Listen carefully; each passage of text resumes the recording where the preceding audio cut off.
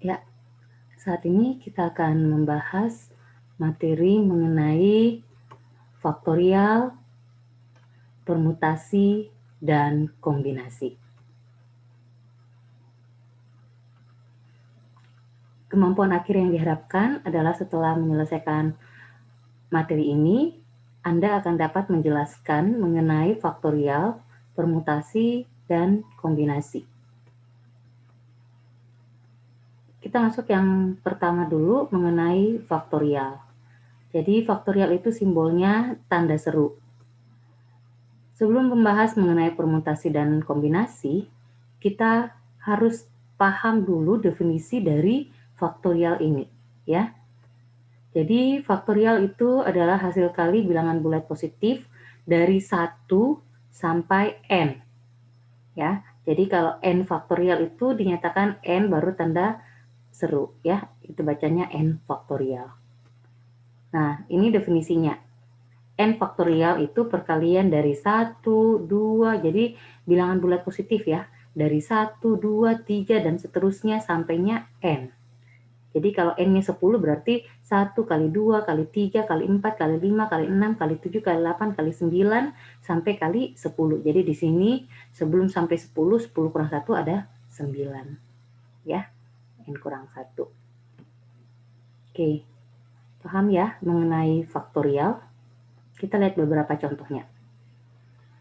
Yang perlu dipahami bahwa nilai awal untuk 0 faktorial itu adalah 1. Ya, jadi sudah menjadi ketentuan bahwa 0 faktorial itu adalah 1. Begitupun dengan 1 faktorial. 1 faktorial juga itu 1. Ya, jadi 0 faktorial dan 1 faktorial nilainya sama-sama 1. Kalau 2 faktorial berarti perkalian dari 1 sampai 2, yaitu 2. 3 faktorial perkalian dari 1 sampai 3, yaitu 1 kali 2, 2 kali 3, 6. 4 faktorial perkalian dari 1 sampai 4, 1 kali 2 kali 3 kali 4. 1 kali 2, 2 kali 3, 6 kali 4, 24. Ya. 5 faktorial, 1 kali 2 kali 3 kali 4 sampai kali 5, atau 24 kali 5. 120. Tadi kan 1 kali 2 kali 3 kali 4 itu 4 faktorial kan sudah ada di atasnya 24. Berarti tinggal dikali 5, yaitu 120. Jadi kalau 6 faktorial berarti 5 faktorial kali 6. Ya, 120 kali 6, 720. Begitu seterusnya. Ya, perkalian dari 1 sampai n. N itu faktorial yang mau dicari, ya. Oke. Kita lihat contoh penulisan faktorial. 5 faktorial itu perkalian dari 1, 2, 3, 4, sampai 5. Di mana kita ketahui bahwa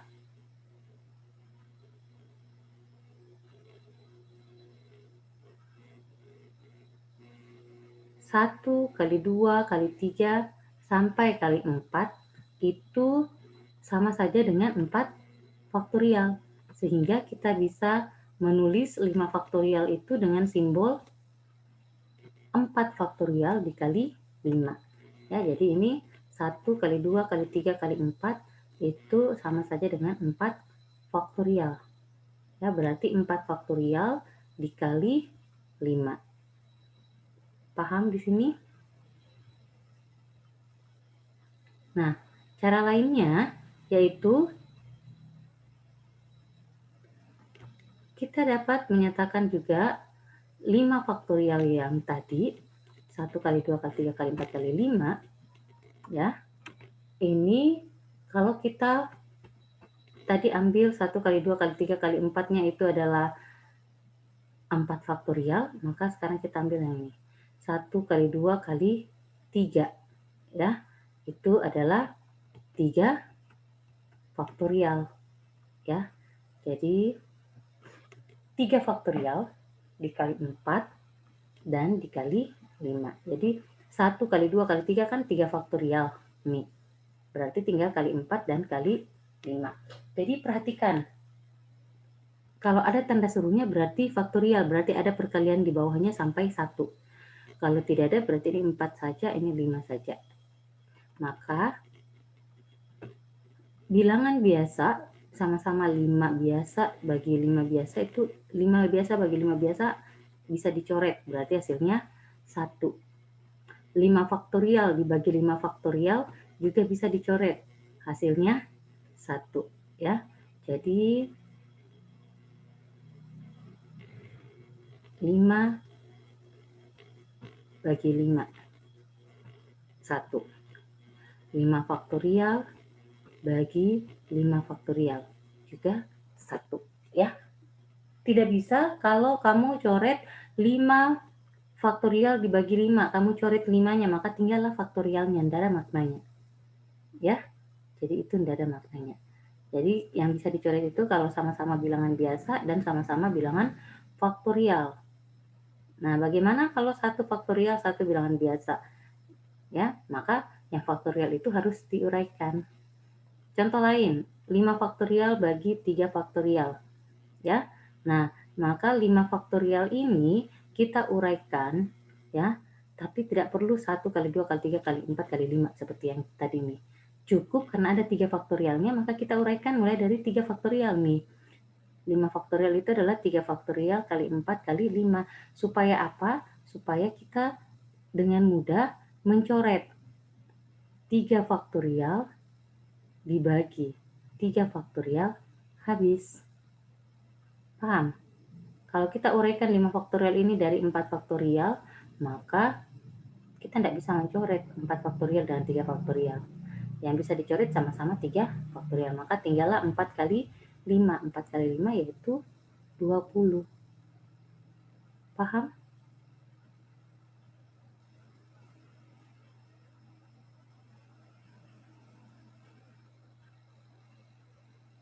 Oke, kita ambil contoh lain lagi. 5 faktorial bagi 2 faktorial dikali 3 faktorial. Maka kita lihat mana yang terbesar antara 2 faktorial dengan 3 faktorial. Yang terbesar adalah 3 faktorial. Maka 5 faktorial ini kita uraikan mulai dari 3 faktorial. Ya. Jadi 5 faktorial 3 faktorial kali 4 kali 5. Maka nanti 3 faktorialnya ini tidak perlu diuraikan. Yang kita uraikan adalah 2 faktorial. 2 faktorial itu adalah 1 dikali 2. Ya. Nah, 3 faktorial ini bisa dicoret. 3 faktorial bagi 3 faktorial habis. Nah, sekarang 1 kali 2, 2. Berarti 4 dibagi 2 juga habis. Maka 5, 4 bagi 2, 2. Ya. Jadi 4 bagi 2 itu 2 di sini. Ya. Oke.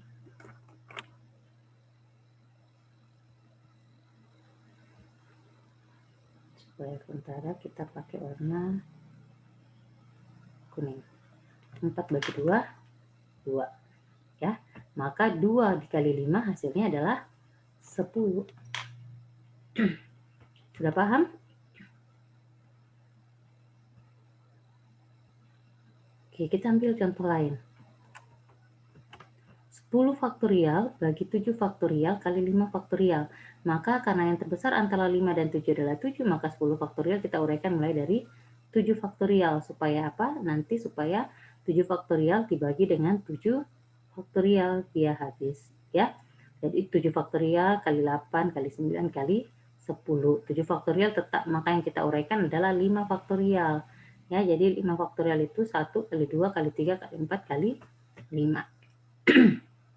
Nah, sekarang kita tinggal mencoret 7 faktorial bagi 7 faktorial itu habis.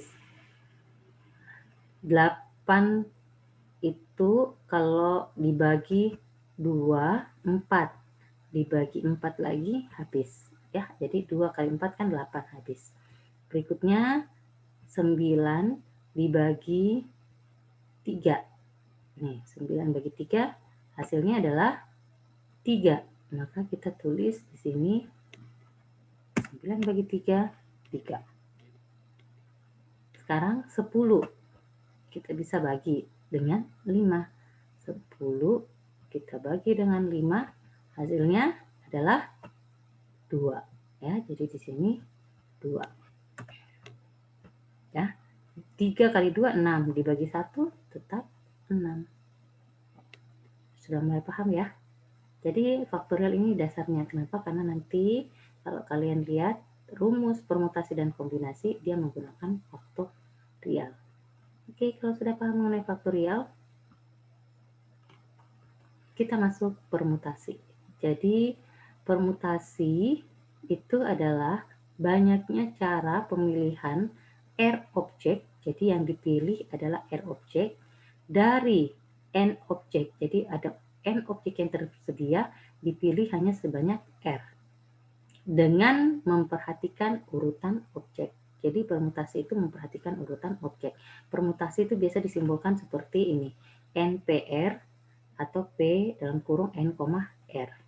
Ya, di mana N-nya itu adalah banyaknya objek yang tersedia, ya. Kemudian R-nya itu adalah banyaknya objek yang dipilih. Ya, jadi N itu banyaknya objek yang tersedia untuk dipilih, R itu yang benar-benar dipilih. Jadi rumusnya adalah N faktorial dibagi N kurang R faktorial. Perhatikan kata dengan memperhatikan urutan objek. Ya, pada permutasi dia memperhatikan urutan objek. Artinya apa?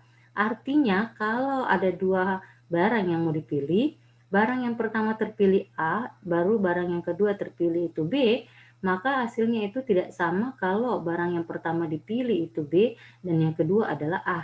Ya, jadi dia memperhatikan urutan. Dia menganggap, permutasi menganggap bahwa A, B itu tidak sama dengan B, A. Perhatikan baik-baik perbedaan mendasar dari permutasi dengan kombinasi nantinya kita bahas. Jadi kalau permutasi dia memperhatikan urutan A, B tidak sama dengan B, A. Sedangkan kombinasi, ya simbolnya NCR, adalah banyaknya cara pemilihan R objek dari N objek tanpa memperhatikan urutan objek. Jadi kombinasi dia tidak memperhatikan urutan objek. Makanya nanti akan lebih banyak hasilnya kalau permutasi. Kenapa? Karena A, B dia hitung berbeda dengan B, A. Jadi dia A, B dan B, A berarti ada dua cara. Sedangkan kalau kombinasi dia anggap satu cara saja, itu sama saja. Dia tidak perhatikan urutan. Toh yang dipilih itu A maupun B. Nah, ini rumusnya. Perbedaannya cuma pada R faktorial. Jadi dia penyebutnya dikali R faktorial. Simbolnya dia C. Ya. Nah, N itu banyaknya objek yang tersedia dan R adalah banyaknya objek yang dipilih. Nah, kata tanpa memperhatikan urutan objek itu artinya A, B dianggap sama saja dengan B, A.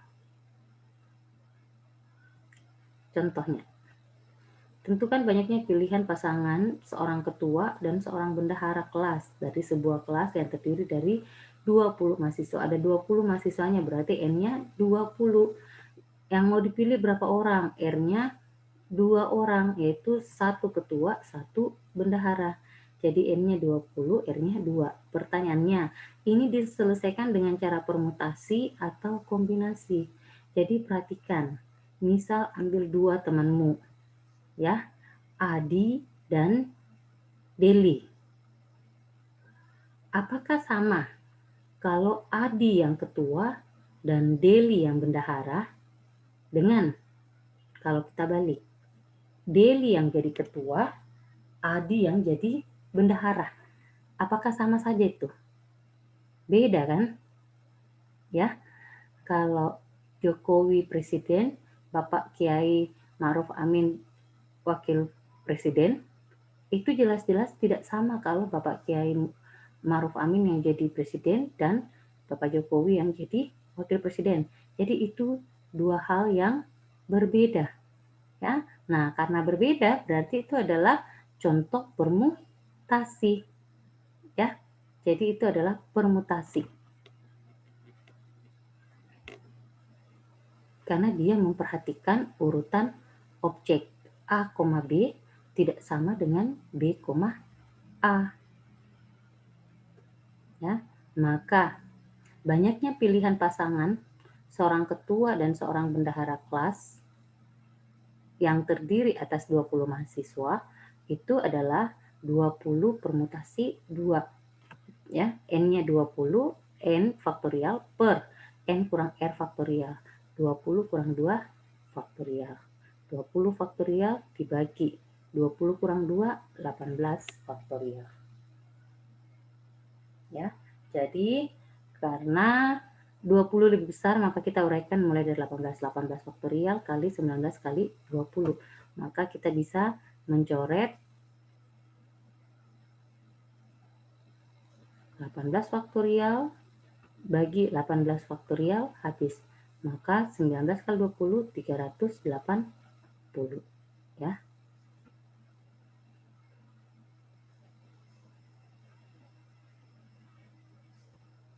Oke, kita lihat lagi. Nah, jadi ada 380 pasangan yang dapat dipilih, pasangan ketua dan bendahara. Kalau tidak percaya, silakan sebutkan 20 nama, urutkan 20 nama temanmu, kemudian pasang-pasangkan. Misalnya, A ketua, B bendahara, sudah satu cara, sudah satu pasang pilihan. Balik lagi, B ketua, A bendahara, sudah dua. Yang ketiga, A ketua, C bendahara. Yang keempat, C yang ketua, A yang bendahara. Begitu seterusnya.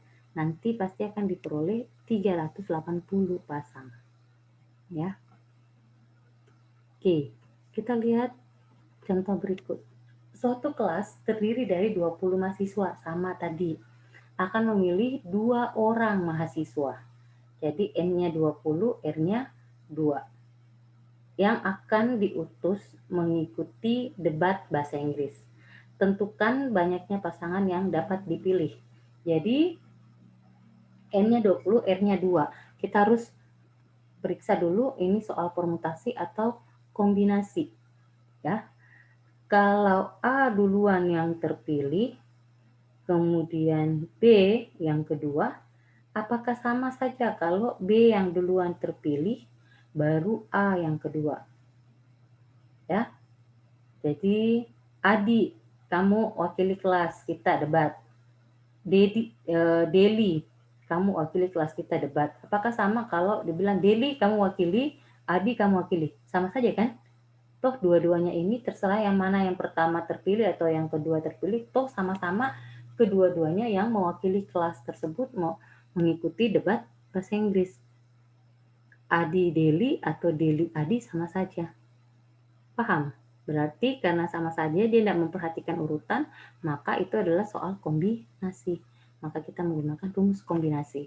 N-nya 20, R-nya 2, maka 20 kombinasi 2 adalah N faktorial, 20 faktorial dibagi R faktorial, 2 faktorial dikali N kurang R faktorial, 20 kurang 2 faktorial. Jadi perbedaannya cuma di sini, antara permutasi dengan kombinasi. Ya, berarti 20 kurang 2, 18 faktorial. Maka 20 ini kita uraikan dari 18 faktorial. 2 faktorial itu kita uraikan 1 kali 2. Sehingga kita bisa mencoret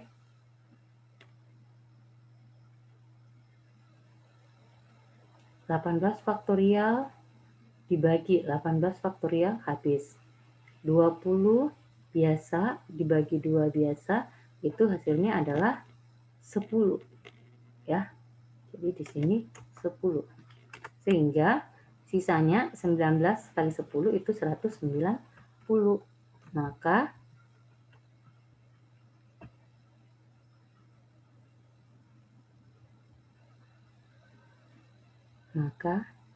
ada 190 pasangan yang dapat dipilih untuk mengikuti debat bahasa Inggris.